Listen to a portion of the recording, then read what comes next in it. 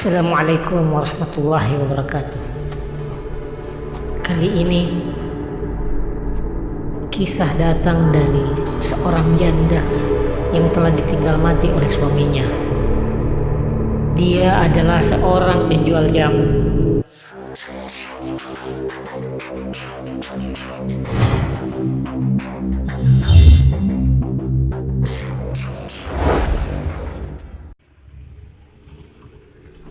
Suatu malam, dia didatangi oleh anak perempuannya yang sulung.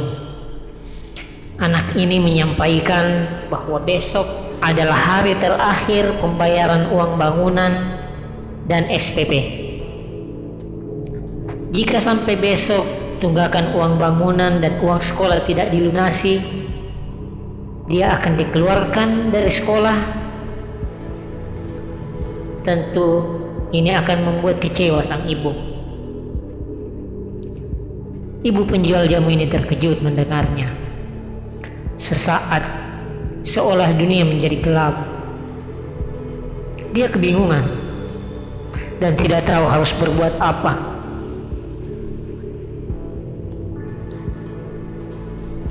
Ketika keterkejutan mulai mereda, dia diempaskan lagi oleh gelombang kekagetan berikutnya. Ketika si anak menyebutkan sejumlah angka sebagai total tunggakannya. Napas sang ibu segera saja menderu. Keringat dingin mulai meleleh di keningnya. Tangannya gemetar dan suaranya menjadi lirih terputus-putus. Yang dapat ia ucapkan hanyalah mengulang nilai uang yang sudah disebutkan anaknya tadi. Tanpa bisa memberikan janji muluk-muluk kepada anaknya, wanita penjual jamu itu pun beranjak ke tempat tidur untuk beristirahat sejenak.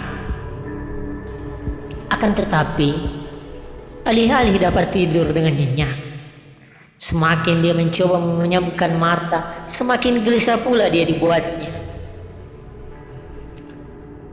Ketika matanya rapat menutup, silih berganti bayangan yang menakutkan, dan lintasan kejadian pada masa depan yang suram tergambar di benaknya. Bak sebuah film horor yang terus-menerus menghantui.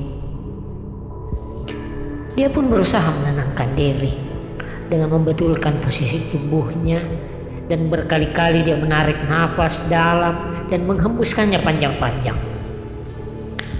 Sedikit demi sedikit otaknya mulai dapat diajak berpikir. Malangnya, setiap kali otaknya mengkalkulasi, setiap kali itu pula ia merasakan kepalanya dibenturkan ke sebuah dinding baja. Dengan segala macam tunggakan, utang di warung sebelah, bahan baku jamu yang belum terbayar semuanya, keterkecukupan kebutuhan pangan yang hanya untuk sehari saja, dan beban yang harus membayar uang sekolah anaknya yang seolah melengkapi seluruh penderitaannya. Hampir semalaman dia tak dapat memejamkan matanya. Kasur yang tipis terasa semakin tipis. Kamar yang pengap kini terasa semakin membekal. Memang dunia tak pernah memberikan ampun kepada mereka-mereka yang kalah. Sepertiga malam yang penghujung pun terlalui. Rasa letih pun pada akhirnya mengalahkan semuanya. Setelah gelombang kekalutan beranjak surut, akhirnya dia sampai pada sebuah kesadaran bahwa kepasrahan adalah satu-satunya jalan untuk meringankan beban perasaan. Apa sih yang bisa dilakukan oleh seorang wanita lemah semacam dirinya? Dia tidak punya apa-apa selain keinginan untuk keluar dari permasalahan tersebut. Dia pun sadar hanya Allah satu-satunya yang dapat menolong.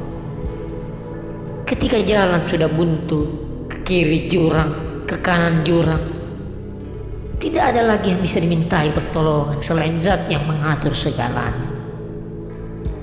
Pada saat tetesan air mata yang jatuh dari pelupuk matanya, ia bergumam lirih, "Duh Gusti, hamba minta tolong dari segala kesulitan ini.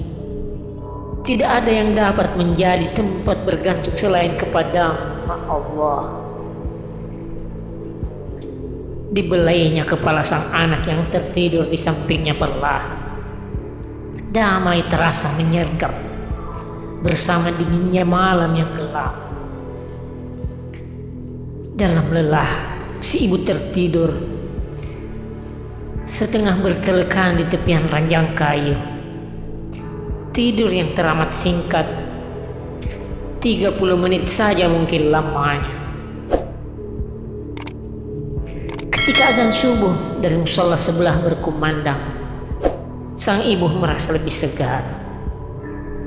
Pukul 6 pagi, ia sudah berkemas, siap untuk memulai berjualan dengan berjalan kaki. Telombong segera dipondong. Botol-botol yang semula kosong kini telah kembali tampil kinclong. Dia telah membulatkan tekad untuk menawarkan sebuah opsi kepada seorang pelanggan setianya. Dia akan mengajukan sebuah proposal, suplai jamu terusan dengan setengah pembayaran di muka. Tentu saja untuk membayar uang sekolah anaknya tentunya. Singkat kata, dengan tutur kata yang halus, disampaikanlah maksudnya. Namun sayang, rencana manusia terkadang berjalan tak seirama dengan orkestrasi semula. Maksudnya itu dipahami, tetapi sang pelanggan tidak dapat membantunya. Lunglailah badan si ibu penjual jamu itu. Tak bersemangat lagi dia menghadapi hari itu yang baginya terasa semakin mirip dengan neraka dunia. Rasa putus asa itu memang menghancurkan. Dia mengubah warna dari yang semula, yang bak biang lala, menjadi hegemoni tunggal hitam belaka. Namun, dengan sisa tenaga yang ada, ia terus mencoba. Dan akhirnya pada rumah kelima, proposalnya diterima. Tepat pukul 2, dia sudah duduk di depan meja petugas tata usaha sekolah. 6 lembar uang 50.000 pun berpindah tangan dan segera bertukar dengan selembar kertas kwitansi. Selembar kertas kumal yang baginya nampak seindah pulau Bali. Sungguh kebahagiaan bagi seorang ibu.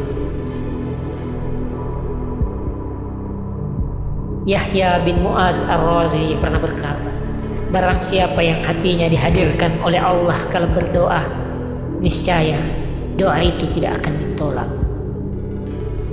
Semoga kisah ini bermanfaat untuk kita semua. Wassalamualaikum warahmatullahi wabarakatuh.